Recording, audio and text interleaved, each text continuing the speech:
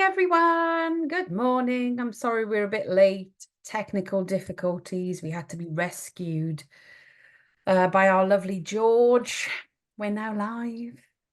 I've got the lovely Nicole with me this morning. Morning, Nicole. Morning, Krista. How are you?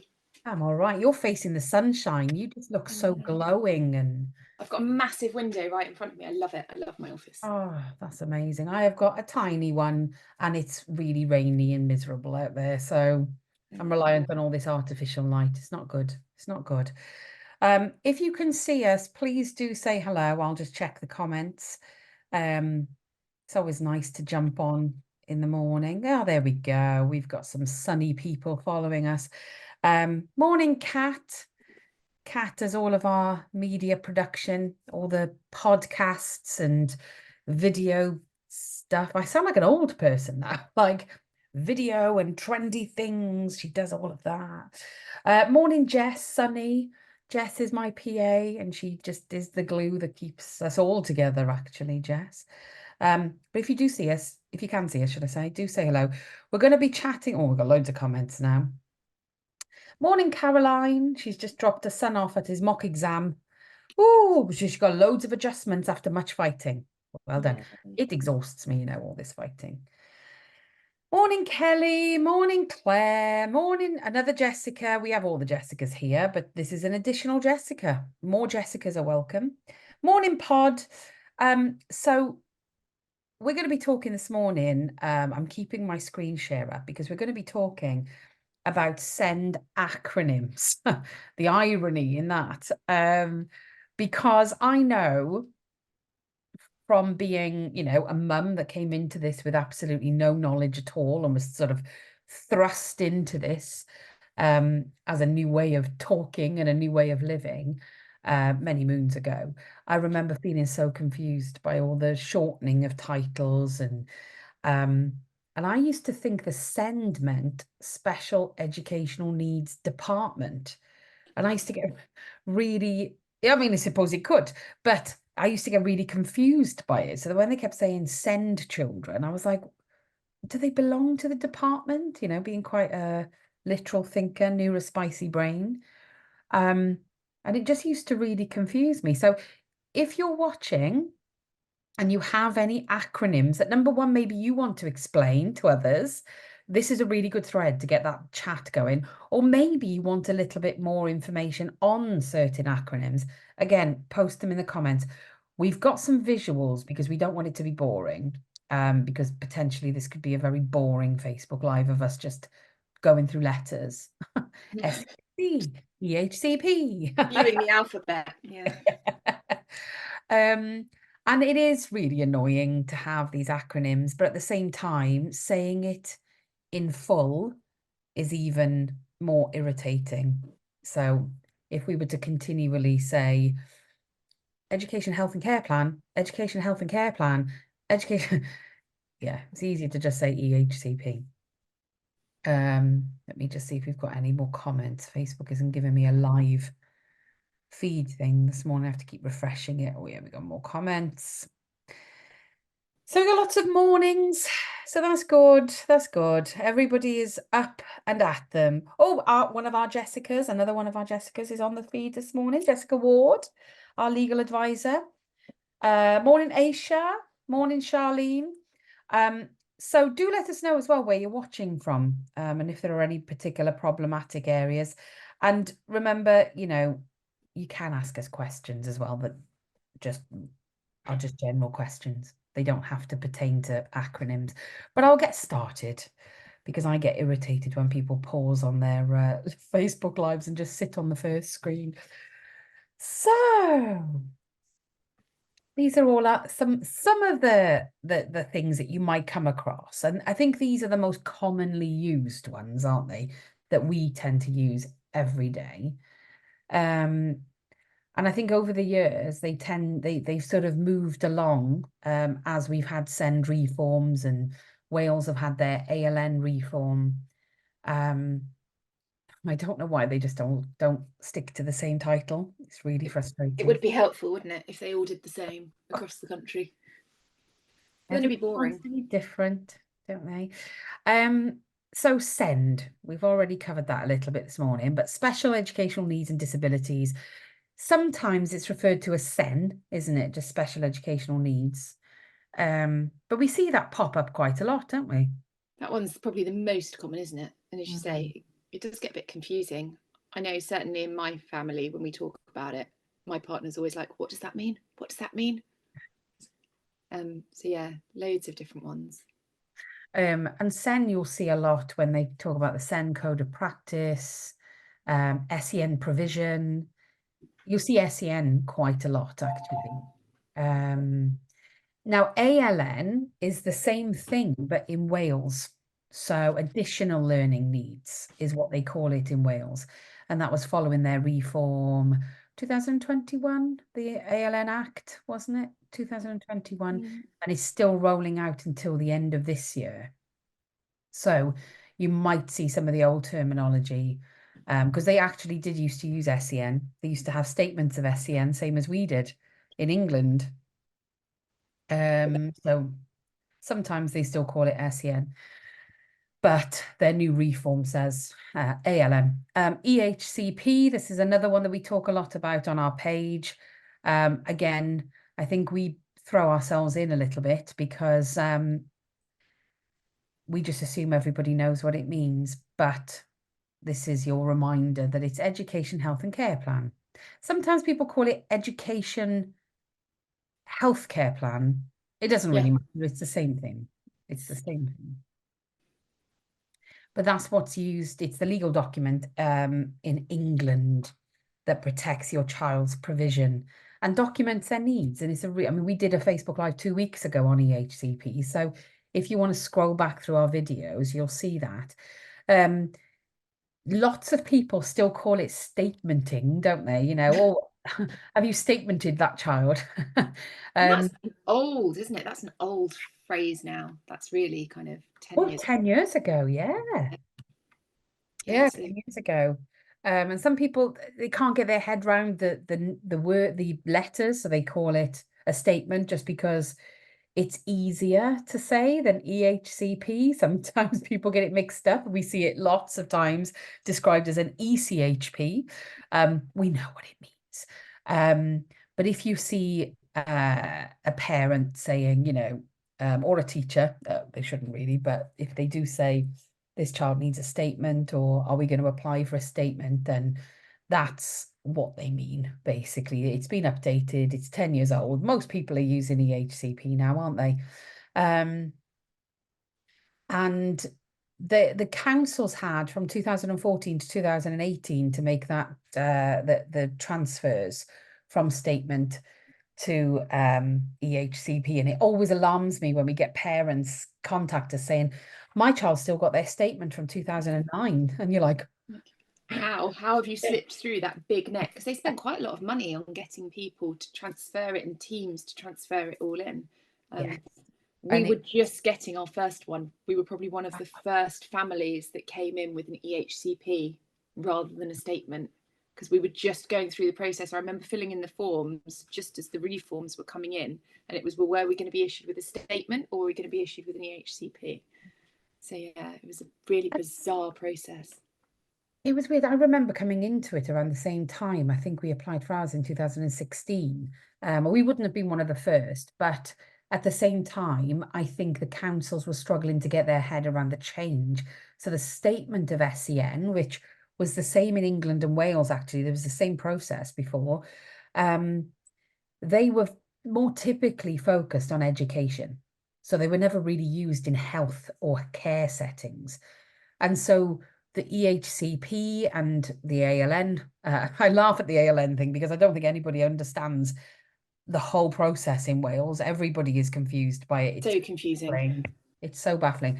Um, but the English system, um, whilst there is still so many areas of development and improvement, which will be a whole other show, actually it is a far more holistic thing.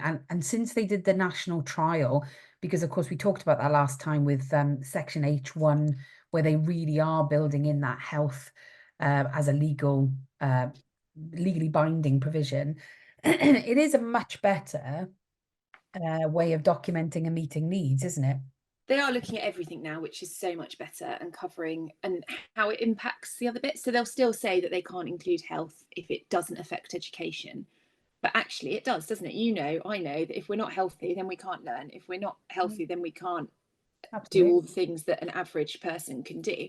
So you can always find a way of linking it.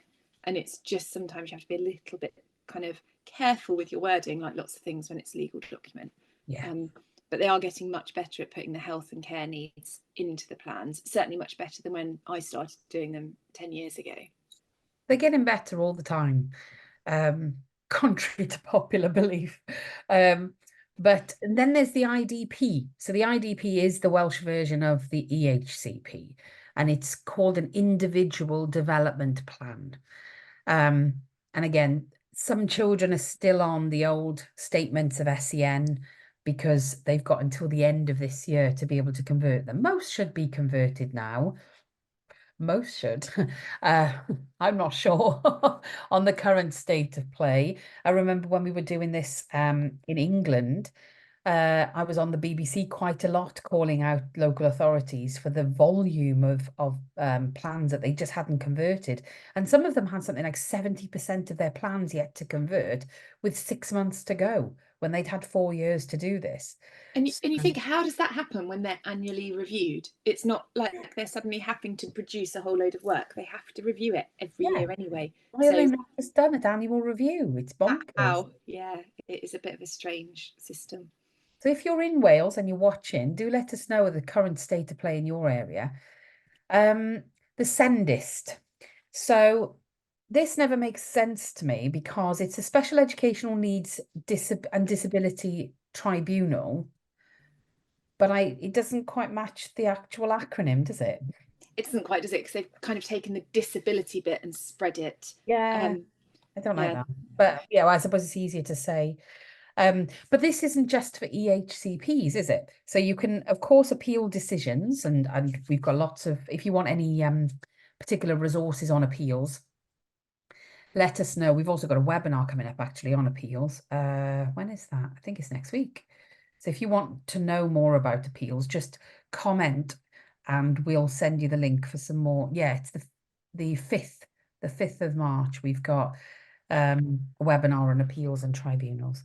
But you can appeal the decisions that are made throughout the EHC needs assessment process and the EHCP itself, but you can also apply to the disability discrimination. It's the same tribunal service, isn't it? I think they're slightly different. It's slightly Well, different departments, but yeah, and we always have this conversation with parents. They're like, it's so scary. The tribunal service is so scary. The people at Sendist are so lovely. If you get them on the phone, they are so helpful, and it's meant to be designed for parents and non-legal people to be able to have those conversations. So actually, they are really useful. I've never met someone that's difficult there or that makes it difficult. They'll always take the time to explain things. So don't be put off by the fact that it's a tribunal service and think, oh, it's all going to be completely above what I can understand. They are such lovely people. and they're quite keen as well to say that it's not a court. You know, a lot of parents say, I'm going to court, I'm taking my local authority to court. It's not a court. It is far, far friendlier than that. And quite often when you do go to the tribunal, it's it feels far more informal because you're in a small room quite often. So I know actually for one of mine, I was in a courtroom, but they didn't put the judge up on the platform. You know, everybody's around a table that's But it's all actually. online now. Oh yeah, of course, of course. It's It's all all. online. You don't get that feeling anyway. Yeah. It's a very different feeling. I've done both at different times for different reasons, and yeah, it's weird doing it in real life. Is very different to doing it online. Do you But I think prefer online? personally, no.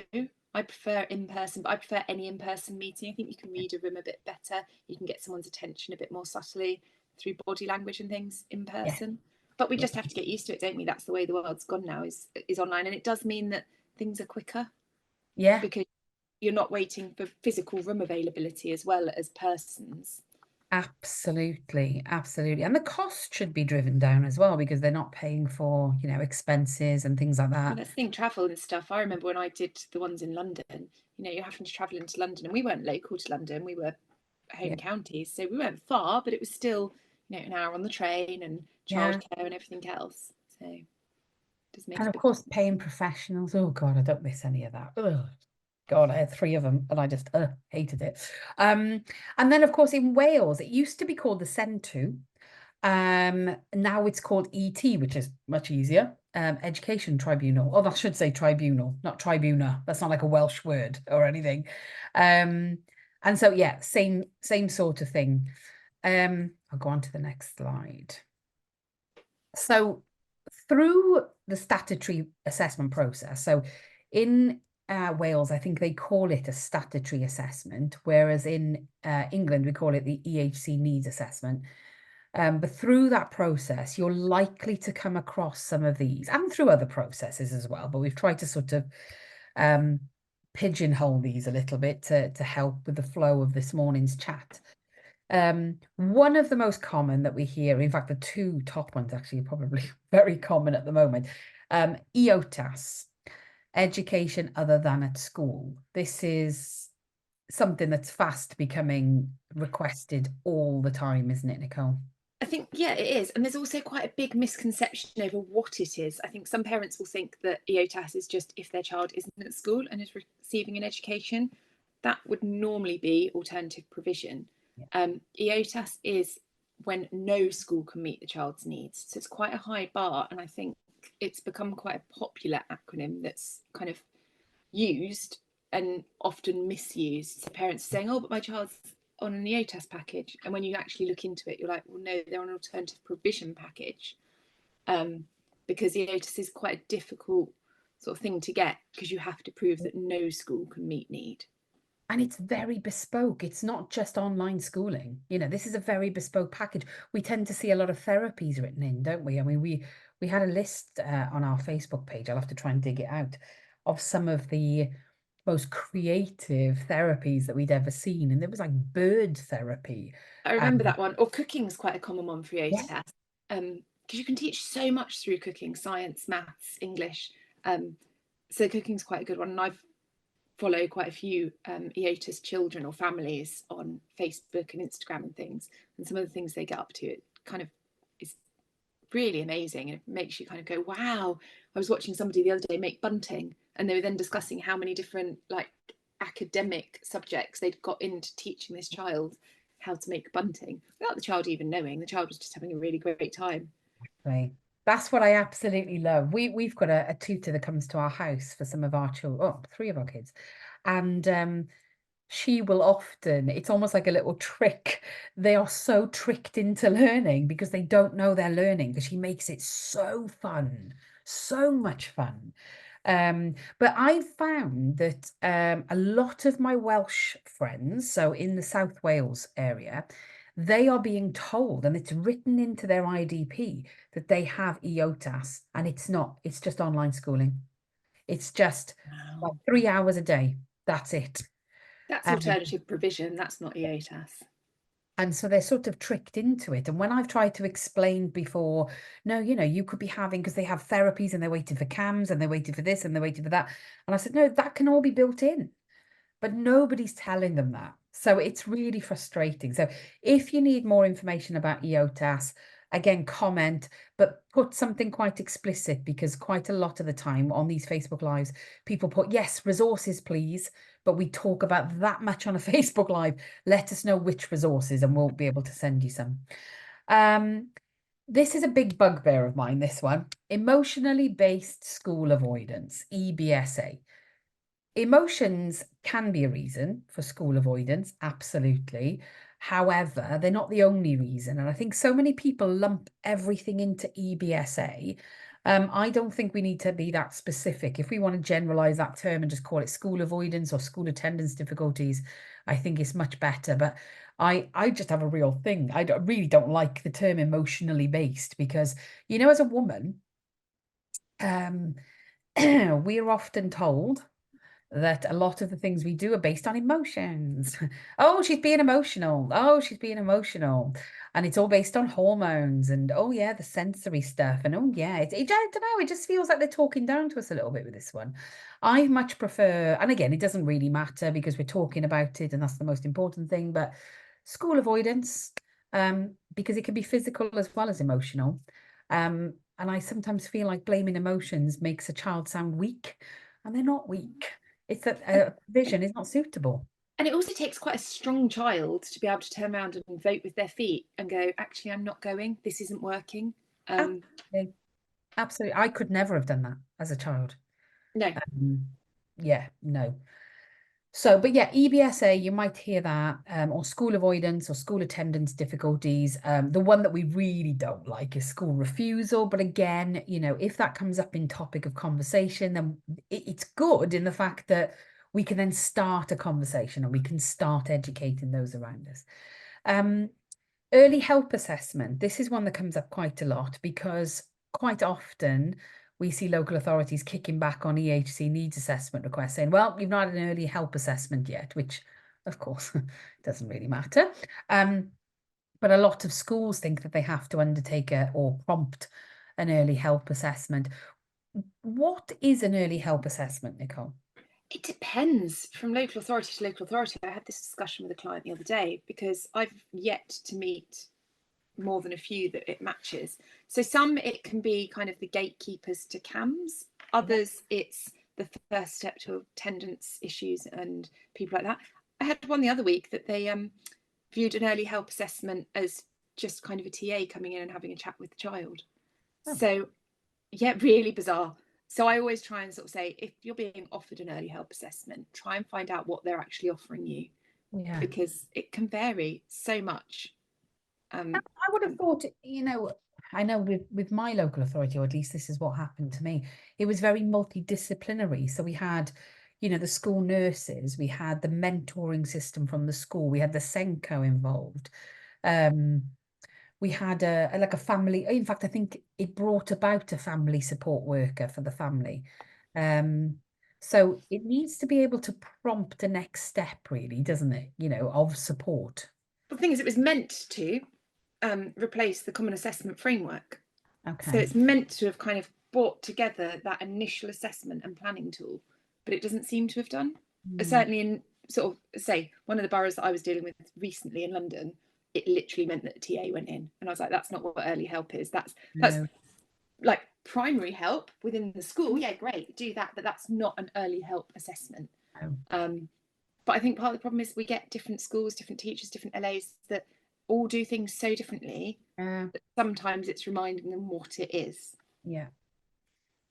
So again, question that, you know, if you get offered one, ask, what does that entail? And what help is it likely to bring? Another one is Ed Psych or EP.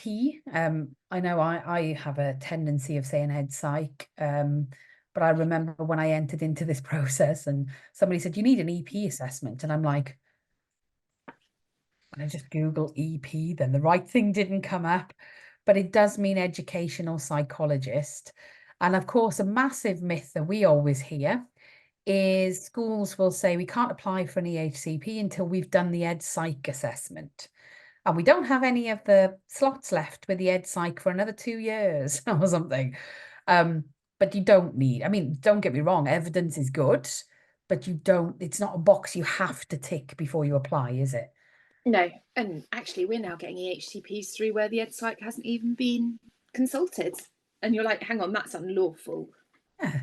That part is unlawful. But the having an EP assessment prior to asking for an EHCP assessment is not required. There is no kind of, you must have had this, that, and the other before you ask for a needs assessment. And OT, occupational therapist, again, the occupational therapists are incredibly important for so many of our children. But if you have a child with potential sensory processing difficulties, it's essential that they are sensory integration trained occupational therapists. And any occupational therapist will tell you that there are so many different areas of specialism. Like I have a friend I was chatting to last week, and she deals with old people and the adjustments that they need for their home. So it's not sensory integration, it's what they need to be able to live day to day. So that sort of OT is very different to the OT that's needed for a child that needs a lot of sensory breaks or specific sensory diet or something like that. So, but the sensory integration training is very specific, isn't it? That's really specific. So to make sure that all those needs are met, and not meeting those needs is really big. You know, for a Mm. child that's got massive sensory issues, that can be the biggest barrier to them getting into a classroom or into any learning environment.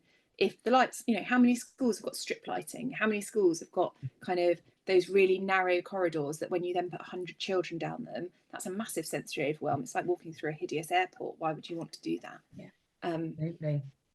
Absolutely. so yeah, it's very different.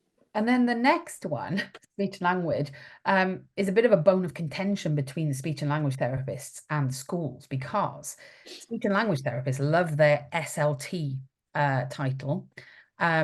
Non-speech and language therapists tend to call them assault, which sounds like assault. So, sometimes it can be frowned upon. But anyway, SALT or SLT is speech and language therapist. But we will show you later on that SLT means something in schools that's different to that as well. But if you see SLT assessment, SLT in terms of a therapeutic intervention, or SALT, then it means speech and language therapist. And I think it's really, really important here that we highlight that speech and language is not just about speech and language, it's about communication. And so we tend to see a lot of parents say, oh, well, we don't need speech and language, my child can speak.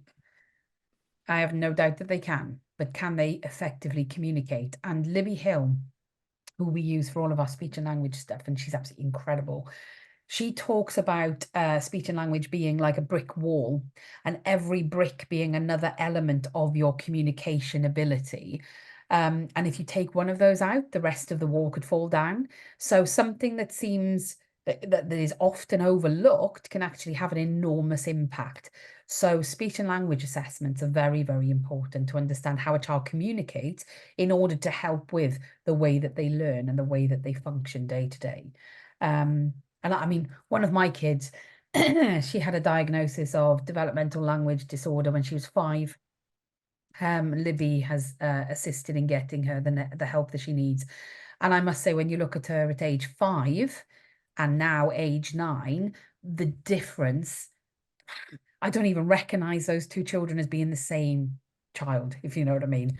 It's unbelievable the difference that speech and language can have on a child's life when it's structured and strategic and really bespoke to the child. So speech and language, if you're offered an assessment, go for it, because they are like gold dust, aren't they? And I think that's where lots of things are missed. It's where parents think, oh, but they can talk, they can have a conversation. And you're like, okay. And again, I was talking to a client this week who said, but my child can answer me. I was like, okay, but are they actually understanding what's being said? Or are they just doing that kind of almost false masking? Yes, yes, that's fine, kind of agreeing to everything. And they're not actually processing the language properly, or they're not saying what they want to say in response because they're not able to grasp the language in their head to make those sentences. And it makes a really big difference. And having a proper assessment of somebody that understands that and can see those gaps and kind of work towards what we need to do to fix them makes a massive difference to a child. Huge, absolutely huge. And then LA, some people still use the old term, which is LEA, Local Education Authority, but it is just LA, Local Authority, and that means your council. And this again Um, gets a little bit muddled because parents will quite often say to me, well, is it the LA that the child goes to school in, or is it the one we live in? So the LA that's responsible is always the one that you pay your council tax to. It's the easiest kind of way to work it out. Whoever you pay your council tax to is the LA that's responsible for all of this kind of EHCP process, all of the things that we're talking about. And then in education settings, so you'll see that SLT again. Again, TAs are now called all sorts of fancy names because schools try and make it trendy for whatever reason. They can sometimes be called like learning mentors. learning support assistants, teaching assistants, I heard another term recently, teaching support assistant. I mean, it all pretty much is the same thing, isn't it? Yeah. So it's that extra person, and they're not. I'm not just meaning they're an extra body in the classroom. TAs are, worth their weight in gold, and for lots of children, they are the sole reason they get into school. But it's that adult that's in the classroom that isn't your teacher, but is amazing and does all the other bits and does lots of one-to-one work quite often. And especially for children with the HCPs, they're often their go-to adult, Yeah. and can be assigned to a child and be that kind of trusted adult that they spend time with. So yeah, whatever they're calling them, and say different schools tend to have different things, and quite often you'll find within different schools they have several levels of them. So you'll have your higher level teaching assistants and your sort of standard TA, but they are amazing. And then, of course, we tend to see as well in EHCPs, you mentioned it, HLTA, which is high level, but also SENTA. And what we would expect to see from an SENTA is that they've had specific training in SEN. You can't just call somebody an SENTA. And if it's highlighted in your IDP or your EHCP, then the local authority need to do their absolute best to be able to source a person who can do that work. So keep an eye out for that one. HT, head teacher. SLT can mean senior leadership team. It's funny actually, because our local big school, comprehensive school, they have their SLT on the gates in the morning, just making sure the kids are all right as they come in. And they have these luminous jackets that say SLT on the back. And my little DLD said to me, "Why are there so many speech and language therapists on the gate?"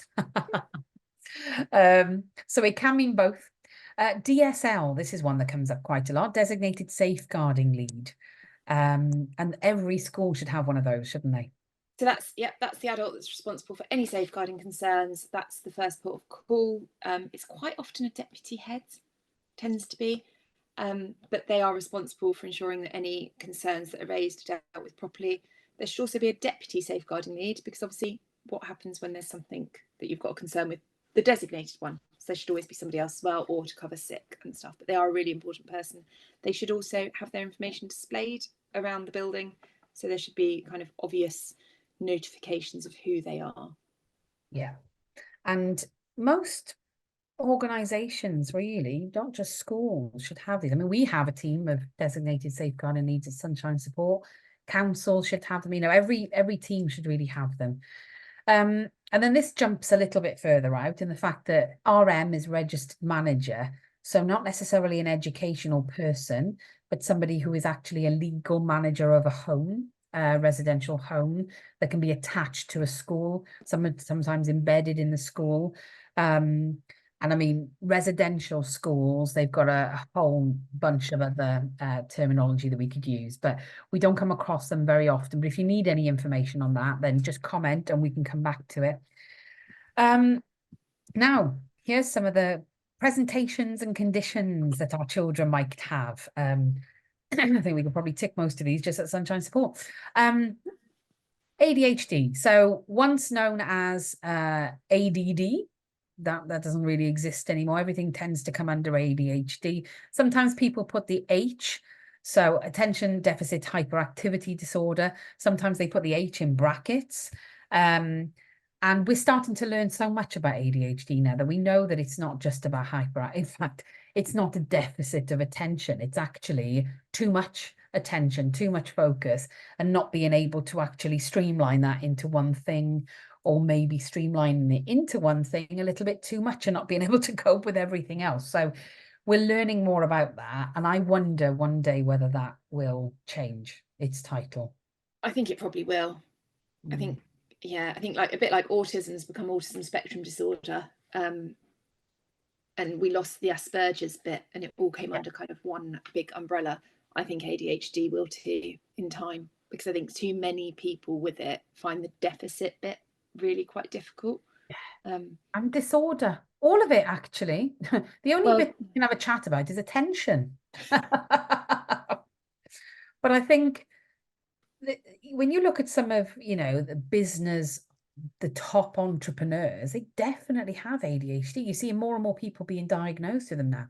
Some of the most creative brains. Same with autism, really. And again, like you said, I remember back in the day when it was called, you had Kanner's autism, Asperger syndrome, high function autism, low function autism. Ugh! So all of that has sort of been shelved and it's all autism. And some people like ASD. I don't like the term ASD.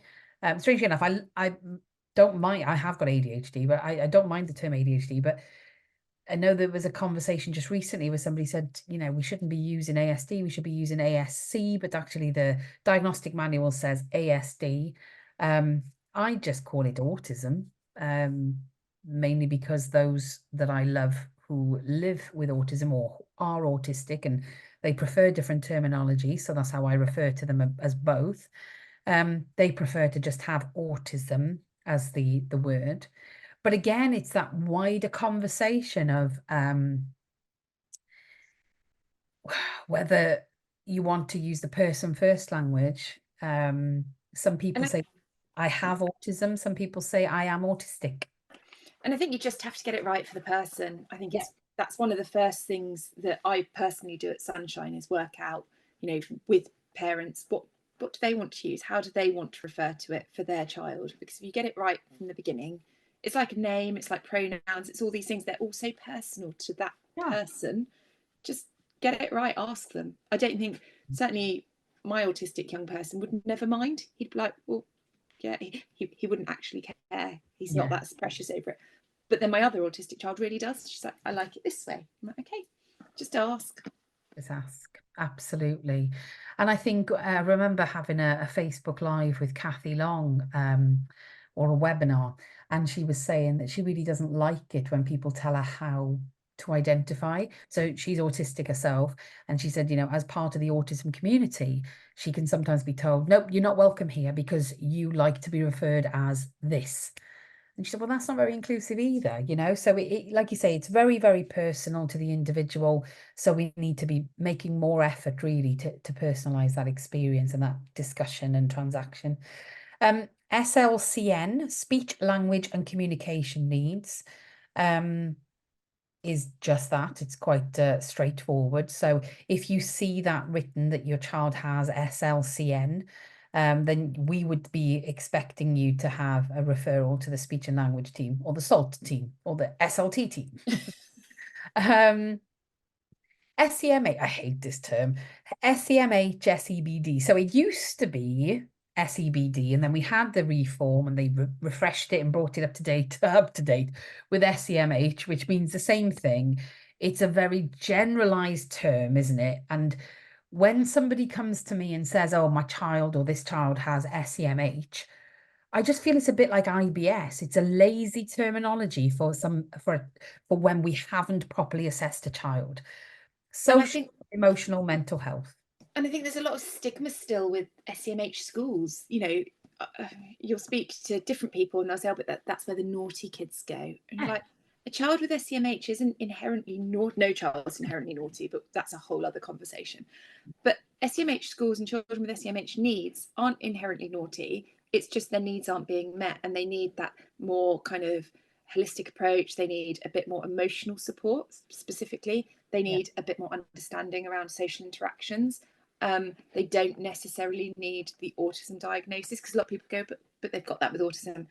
But a child in SEMH school takes away that autism diagnosis need as a criteria.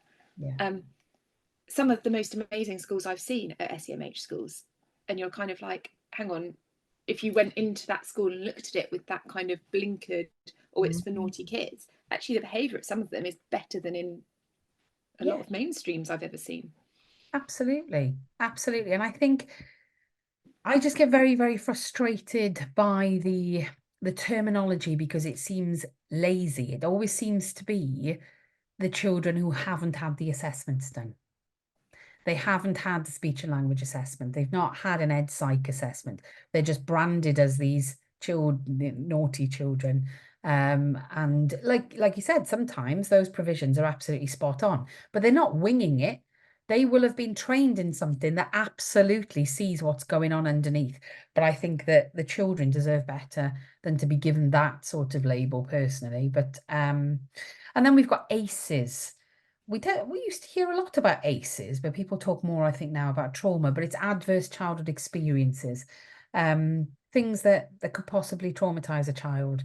So, and that could be in school or in the home life or whenever. But give that a Google because there's some really good resources out there. And then you've got CPTSD, so complex post-traumatic stress disorder, or DT, developmental trauma. And developmental trauma is something that is widely misunderstood. It's not diagnosed anywhere near enough as it should be, because particularly with our neurospicy children, where environments really do traumatize them. So it can cause developmental trauma. And then PDA, pathological demand avoidance, which some people still aren't recognizing properly because it's not a diagnosis, it's a profile of autism currently. But some people, I remember going to CAMS once and saying, oh my goodness, I think my child might have PDA. And they said, a personality disorder. I said, no, I don't think it's a personality disorder. And it sort of, oh, we don't even know what PDA is. And we hear that such a lot now, that it's not recognized here, there, and everywhere. By the way, for those as well who, if anybody says to you, we don't recognize that in this area, the EHCP will put paid to that, because actually, if the needs of a child with a PDA profile are identified and documented in the EHCP, then they have to be met. So actually, it doesn't matter if they're recognized. And I always sort of question parents who say it's not recognized in my area, because what is it that you're trying to get recognized? Is it at the NHS? In which case, get it written into the EHCP. I personally have a lot of experience with PDA as well as professionally. And I had all the education, health and care needs written into a legally binding EHCP, and I never relied on the NHS or social care for anything because it was all in the plan. So if it's all documented, and the thing is, you don't need that PDA kind of word in the EHCP, because it's what needs are you trying to meet, what problems are we trying to kind of tackle, and how are we managing those behaviors, those needs, those presentations, and what strategies are we using, and what research and methodology are we following for this particular child. So that's what's great about the EHCPs and IDPs. They can be very, very specific. They're meant to be specific. If yours looks like your friends, then challenge it, because they're not meant to look the same. And then there's some more common SEN terms: MLD, moderate learning difficulties, SPLD, specific learning difficulties. Somebody challenged us recently because we used this. This is a formal title. Yes, some specific learning difficulties may fall into neurodivergence, but they are still listed as specific learning difficulties. That would be things like dyslexia. That's a common one. That's a specific learning difficulty that doesn't fall under the others. Yes, absolutely. SLD, severe learning difficulties. PMLD, profound multiple learning difficulties. VI, visual impairment. PD, physical disability. And I've given one big title at the bottom to my favourite because it's the most common learning difficulty that nobody's ever heard of: developmental language disorder, which used to be SLI, significant language impairment, I think it was called before, but it's been DLD for a long time. But our DLDers go widely unrecognized. There's like 3 in every class of 30. They get punished. They get told they're naughty, they're rigid, and they get misdiagnosed as being autistic, and then their language needs are completely ignored and not met. You can diagnose DLD from age 5. And if you think your child has DLD, then get on it. Absolutely, because DLD is the only learning difficulty that has research to show that with specific and strategic interventions from speech and language, it can improve that child's life. So there is research. It's about the only learning difficulty with that level of detailed research to show the improvement. And like I said, I've got a child with DLD, and she's gone from being not able to communicate really at all to now being incredibly verbal. Yes, slightly inappropriate at times, Oh, but she doesn't mask at all. She's she just has the best conversations. She's brilliant. she's absolutely wonderful, and she says it as it is. And like I've said recently, she said to me, "I've done my mini first aid certificate. I'm really proud of myself." And I said, "I am so proud of you, and I'm even prouder that you are proud. This is incredible." I said, "What does it mean to you?" And she said, "Well, if you feel like you're having a heart attack, mum, just call out my name, and if I'm there, I'll come and do CPR and I'll save your life. But if I'm not there, bad luck, you're probably going to die." You know, it's just there's no mincing of words with her. It's very, very, very straightforward, and she doesn't hide how she feels. And she certainly doesn't feel like she gets anxious anymore because she's able to just verbalize. And she said, "Everybody understands me when I'm verbal. I don't think they understood me when I wasn't so verbal." But she's absolutely incredible, so incredible. But again, she has a lot of direct speech and language work. So but yeah, so that's my little two pennies worth on DLD. Some of the other things you might come across that are really tricky to understand, things like higher need funding. That's a lot to do with funding that is attached to children on the SEN register. CAMS, Child and Adolescent Mental Health Service, again, a service that, yeah, is very frustrating to be involved with because of the way that things are commissioned. This is an important one because it's CETR, Care, Education and Treatment Reviews, but it's sometimes called CTR, isn't it? So they are, and not very many parents will have heard of them, thankfully, because that's really kind of a last step when you're looking at inpatient treatment or more very focused treatment around a child that is really struggling. So that's when you're trying to make sure that everybody is on the same board, even a child with an EHCP, everybody's on the same page, that everything possible within the community has been tried before the next steps are taken. So they're not something we come across very often, but they can, if they run well, they can really work. And it should be kind of a focused period of time where everybody's working towards a very specific goal to try and keep the child at home and in the community, but with high levels of treatment and regular reviews. And child in need or children in need. So That's this is where lots of people get very confused between child protection, child in need. What does it mean? Technically, if we got really, really legal, all disabled children can be a child in need. And lots of parents go, but they're not in need, they don't need anything. And we're like, it's just the way the law works. And our English law system is so old, it's got some really horrible words in it. And you're kind of like, I don't mean it that way. So it's like severe mental impairments, one of them they use regarding the disability living allowance. You're like, that's horrible. That's really sort of not common language that we'd use nowadays, but that's the way our law is written and we just have to accept it.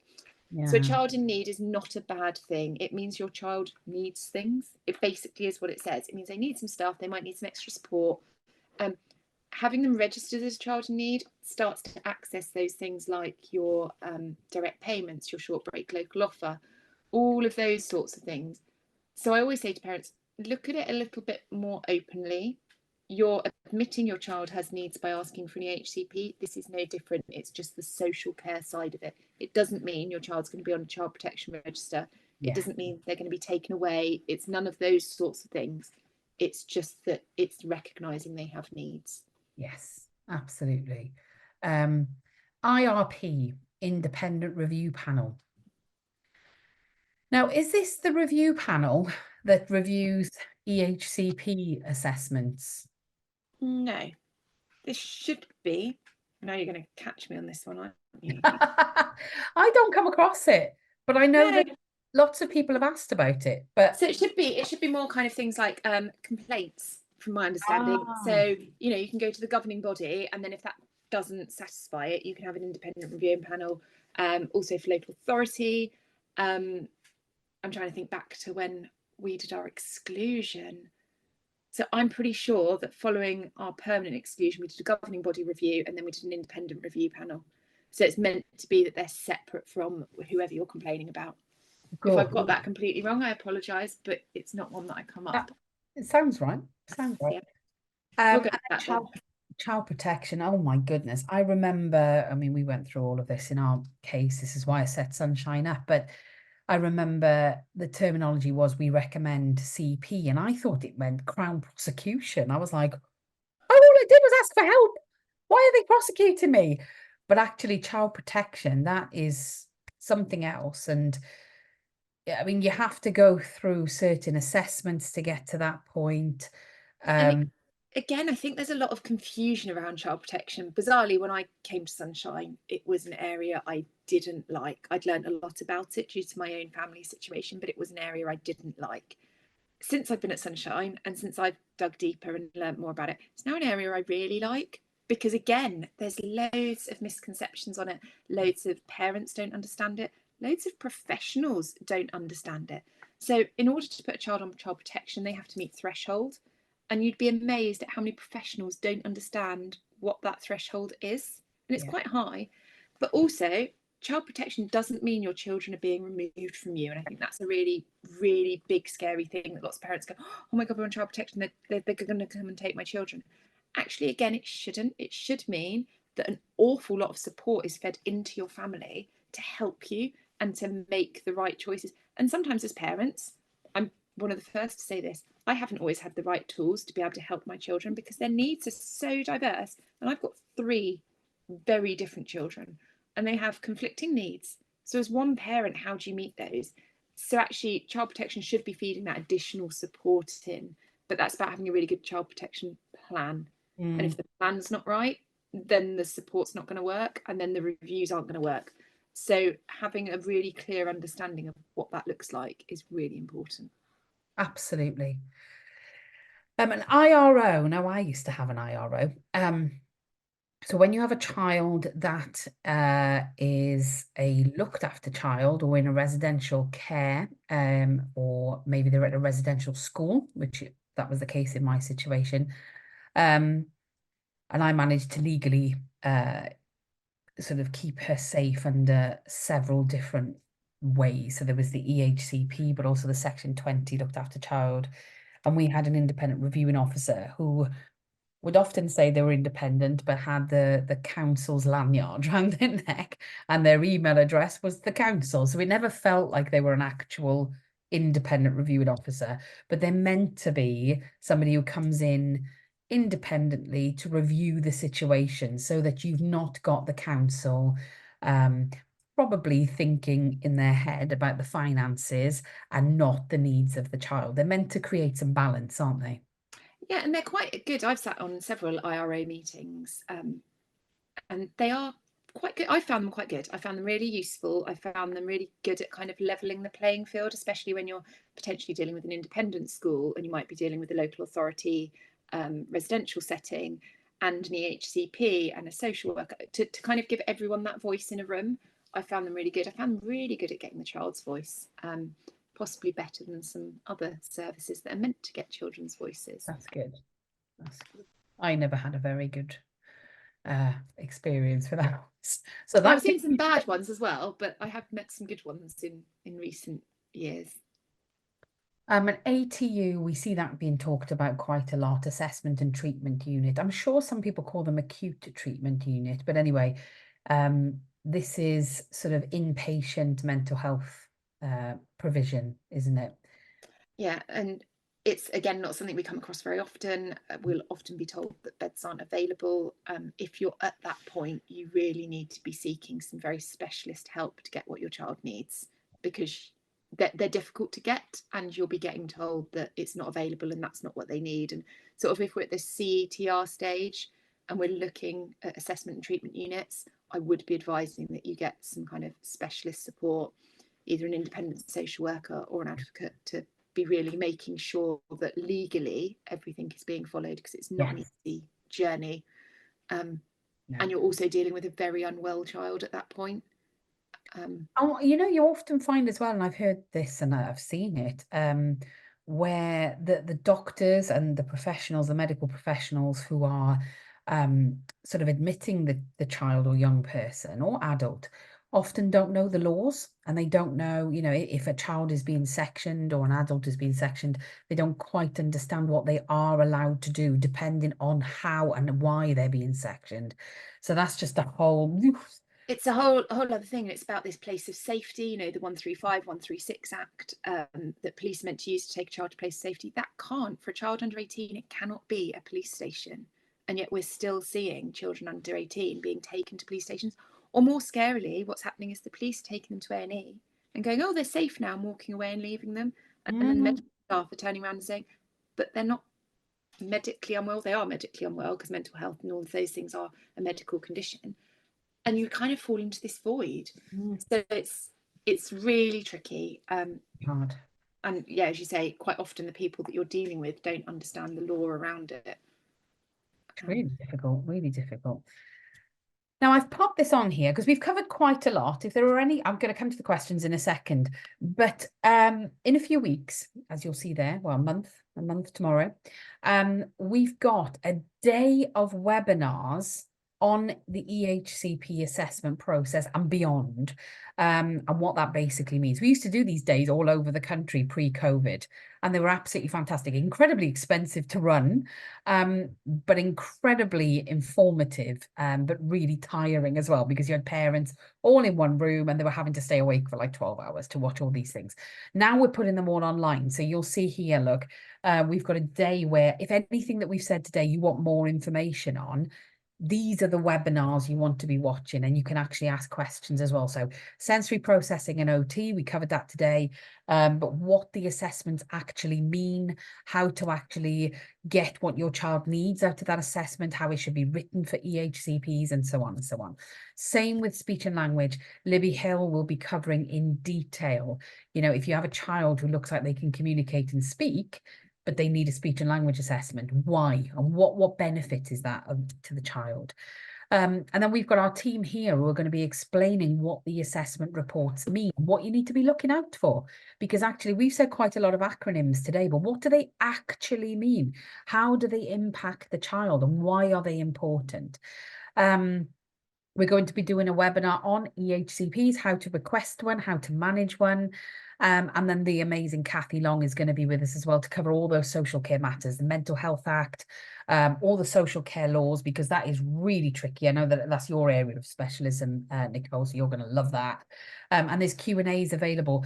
And unlike when we were doing these in person and we had to charge astronomical fees to cover the hotels we were in, this is actually $9.99 for the entire day. So you can dip in and out as you see fit. And there are other webinars that you'll have access to as well as these live ones. So I thought I would throw that out there. And for anybody who needs any information on this, just go to that website there. Again, comment in the chat here and we can send you more information. But we would love you to come along to that, because we are putting tons of effort into making this really, really accessible for you. For anybody who wants any more information, remember, we've got all these amazing free downloads on our website. Just go to our website and download them for free. They're absolutely amazing. I'm trying to see if I've got any more. I think that's it. So I'll stop my screen share and I'll have a little look at the comments. Oh, we're running a bit over. I didn't even keep an eye on the time there.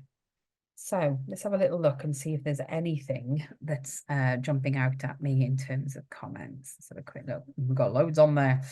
Can you help us by using advocate for a change of setting appeal, which book in New Year for tribunal and before?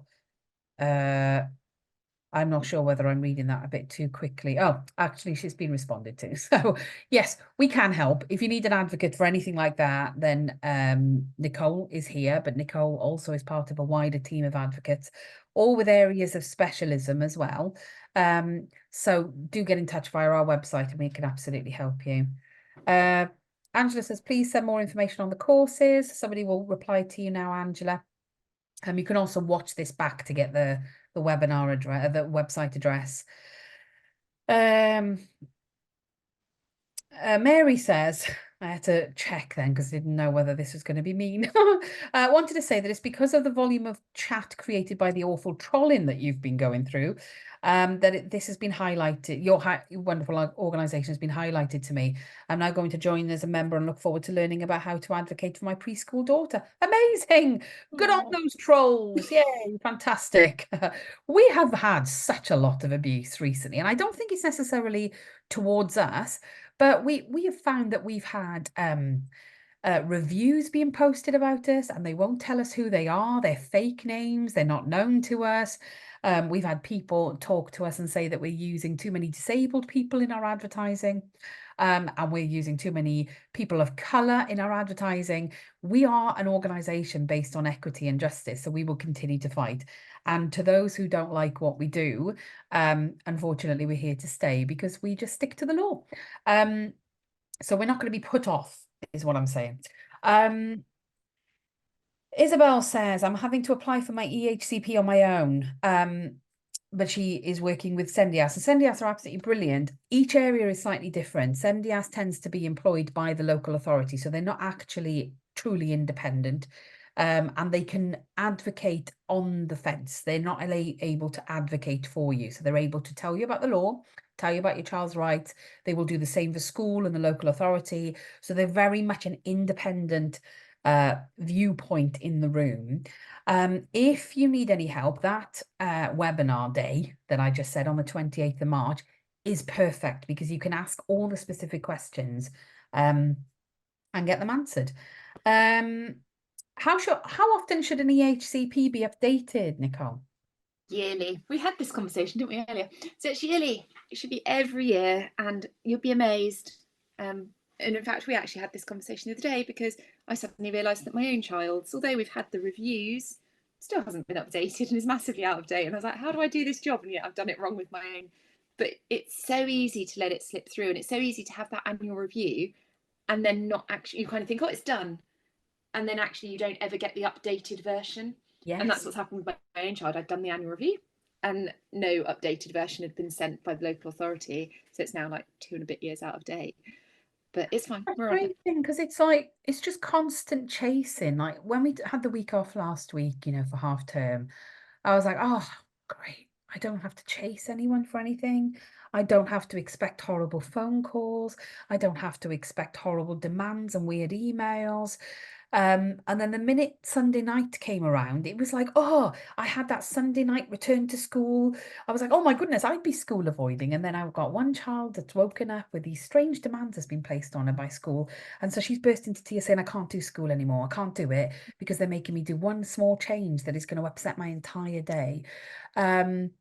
And but it's constant, isn't it? You're like, right, okay, no worries, it's okay. I've got your back. It's all right. I'm going to send an email. It's going to be great. I think it's the amount of paperwork, and because all the paperwork comes before that annual review meeting, I think it is quite easy to slip into that. Oh, they've not sent anything. So no, they should be reviewed annually. The paperwork should be sent 2 weeks prior to the annual review as a minimum, so you've got time to look at it. And then after the annual review, you should get a letter to say whether they're amending it or ceasing it, or keeping it the same, which always seems a bit weird because what child's needs don't change in the space of a year. Yeah. But yeah, and then they should issue an updated plan. So keep on to them and have your little email reminders in your diary. That's what I tend to have, just to keep on top of things. Okay, this is an interesting one. Do you know what the school's duty is when they say they can't keep your child safe, but they don't have the evidence for an EHCP? No one wants to answer in South Gloss what the school's duty is other than to suspend the child. So that's a really interesting one, and that could really carefully, they're going to have to tread a really fine line on disability discrimination, because what are they suspending for? So there's not enough information there, and I think that's one where, can we advise that person to come through to inquiries? Because Absolutely. I really like those kind of cases. I get a bit nerdy on the law around disability discrimination, as you know. Yes. One of my favourite bits of case law. Yeah, that's a bit tricky because they can't just suspend. We were discussing this the other day about a school anticipatorily excluding a child, saying, well, we're just going to exclude them sort of because. And we're like, you can't do that. They have to actually have done something. Yeah. And the law around suspensions are quite strict. but I'd want to unpick why they can't meet need and why they can't keep them safe. And surely if they can't, there should be evidence. Yes, Yeah. absolutely. Absolutely. Get in touch. And we will we'll have a chat to you. Let's have a look. It's raining in Northern Ireland, so it's not much better here. I mean, it still looks pretty sunny where I've you still are. got beautiful sunshine and dry. Can you just send it up north a bit, please? Yeah, sorry. Let's have a look. Some people talking about whether you can get an EHCP application through first time. You can, but it is all down to the evidence and meeting that legal threshold, isn't it? It's down to the evidence. It's down to not using those ridiculous forms. I'm probably going to be like thrown fruit at for saying this, but both my children's EHCPs went through first time. I didn't have an appeal anywhere with either of them. It just sailed through. But I think that was due to having significant amounts of evidence for both of them. I don't think child number 3 is going to be as easy. But yeah, they can do. And we do see it. And we see LA's stepping down over refusals to assess quite quickly now. I think they're saying no to refusals to assess more often in order to kind of see if you're going to stay your ground. And you have to be prepared to kind of run that long race. They're just hurdles they're putting in the way. If you really believe your child needs one, keep going. And I think as well, the forms, and I've gone through this with so many people, when we look at data protection and GDPR, you're only meant to request information that you need. And the local authorities request far more information than they actually need on those forms. So they're not particularly compliant with the law because they're asking you for information that they don't need in order to make that first part of the assessment to say whether they're going to assess or not. So and also they're not really designed to keep pointing back to the law, are they? Whereas if you were to write your request, you can actually construct it in a better way. They ask lots of things about your child's strengths. And as a parent, any parent could talk about their child's strengths all day long. But when you actually start to get to the nitty gritty of what do they need, that's much harder. It's much harder to say as a parent, what does my child need? And quite often parents don't know. And that's why they're asking for the assessment. You're kind of like, I don't know what my child needs. I just know they're struggling. So really looking at those 4 broad areas of development, the communication, interaction, social, emotional, mental health, physical and sensory, and I always forget one, cognition and learning, like the most important one. Making sure they're all really covered and that you've got what they need under each one and what they're struggling with, and step away from what they're good at, because actually if they were doing well, we wouldn't be asking. Absolutely. Absolutely. Zoe says, local authority said they wouldn't commission a speech and language assessment because my daughter had clear speech. I evidenced the communication and interaction difficulties she has, and they've eventually allowed an assessment. It is just a constant battle, though, isn't it? It's just... It really is. And the send regs and the code of practice are all on your side. It should be, as long as if the parents are reasonably asking for something reasonable, I think is the actual phrase, then they should be. So assault, speech and language assault, whatever you want to call them, assessment is not an unreasonable request, especially for potentially a child with autism who's got a social communication, it's like in the name, disorder or issue. Claire asks, what should happen prior to an EHCP review? And I would say this is quite a big answer, but we do have a webinar on this on our Sunshine Academy that's 2 hours long and gives you everything you need to know about what happens before, all the way through to what should happen afterwards and when the next one is scheduled. So I'd say my big thing on that would be making sure reports are circulated 2 weeks minimum before, so that you've got time to read them. And if they're not, just push that date back and really push back on school and say, no, you haven't shared the stuff. I need longer to read it. And schools are so important in this process. And I remember I didn't realize how well I was being treated actually. With my first child's EHCP reviews, I had Kelly Jarvis as a head teacher. That's how I know Kelly. And everything was circulated a good 6 weeks minimum ahead.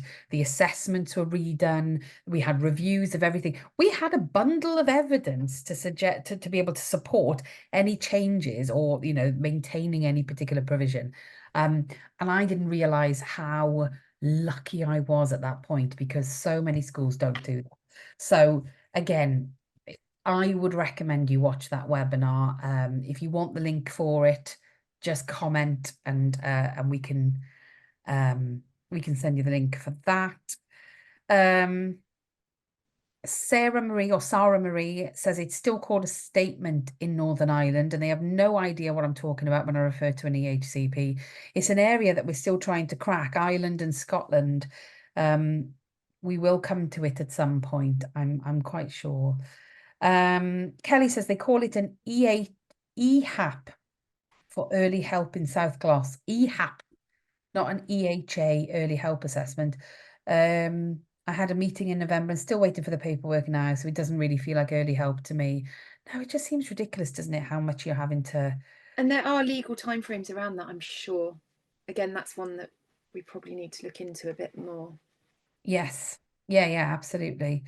Claire says, can you choose an education provided with can you choose an education provider with an EHCP? Oh, actually, our lovely Jessica Ward has responded. That's fine. We're going to leave that one. Ashley says, in Nottingham, OT sensory assessments are not commissioned. They're aware of this gap, but there's nothing live on the ground yet, which is very interesting, Ashley, because in Derby, they commission the sensory integration OTs from Nottingham City Council, because that's where we got ours from. She actually came from the council. So she was a very highly qualified sensory integration trained OT. And we got her through, but they had to go council to council to borrow some staff. So that is just phenomenal, the fact that they don't claim to not have them over there, maybe because they're all being used in Derby. Can the list be enlarged as I tell you what we'll do, we'll post the pictures that we had in our screen share so that you can see them properly. Anyway, there's so many more. We could be going for hours on this. If anybody needs to chat, we do have free phone calls available. Our free phone calls are with Emma, who runs our inquiries team, and also with our advocates. They are scheduling into April at the moment. So what I would say is, if you would like a good, decent conversation in a room with advocates, we have an Ask Me Anything event coming up on the I think it's the 4th of March. yeah, I think um, the date that's in my head. you can sit in a room, in a Zoom room, with Kelly Jarvis and Charlotte James, our fantastic advocates who work on the same team as Nicole. And they are going to be able to talk directly to you face to face on Zoom as part of our Ask Me Anything. Again, if you want to be a part of that, just comment and we'll send you a link, because they are brilliant events. You've done loads of these events, haven't you, Nicole? Yeah, I've done a couple now, and they're great because you do get that real kind of personalized one-on-one. It almost feels like a one-on-one conversation, but also you get the lovely cross advice, the peer support as well, because you'll get another parent or questions that come out. So one parent might ask something and another then kind of goes, oh, well, I've got a slightly different one. They are a really lovely conversation. I love them. And our private Facebook group.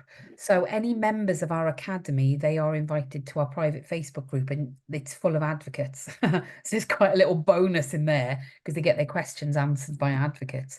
But hopefully we've covered as much as we possibly can today. If you have any questions, ping us a message on our social media pages, get in touch via our website. We're very, very accessible. Do get in touch. Don't ever suffer in silence. But we've gone way over. I'm so sorry, Nicole. You are very busy, and I've just kept talking for hours. So we're going to sign off now. And if you need us, give us a shout. But have a lovely day. Have a lovely day, Nicole. Take care, everyone. See you soon. Bye. Bye.